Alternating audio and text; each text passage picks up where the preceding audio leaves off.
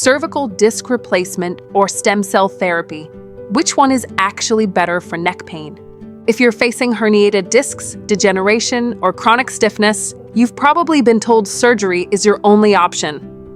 But what if it's not? In this short video, we're going to break down the pros and cons of both treatments, so you can make the smartest, safest decision for your spine and your future.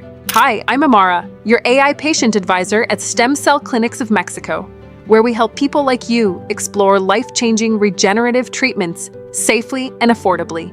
Let's get into it. Cervical disc replacement is a serious surgical procedure.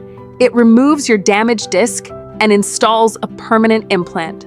For some, especially with extreme disc collapse or spinal cord compression, it can offer stability and relief.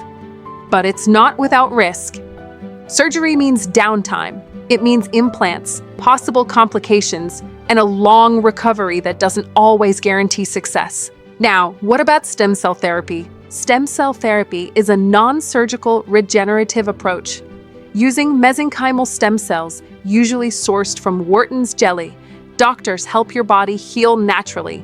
These cells target inflammation, support tissue repair, and restore balance without cutting or hardware. It's minimally invasive, often done outpatient, and patients usually see improvement in 2 to 6 weeks. So how do you decide? If your disc is severely collapsed, disc replacement may be the only option. But if you're in the early or moderate stages of degeneration and you want to avoid surgery, stem cell therapy could help you get your life back without going under the knife.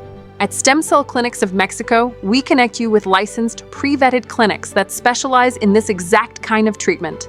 Just fill out our free intake form, and we'll review your case and match you with a trusted clinic in Mexico.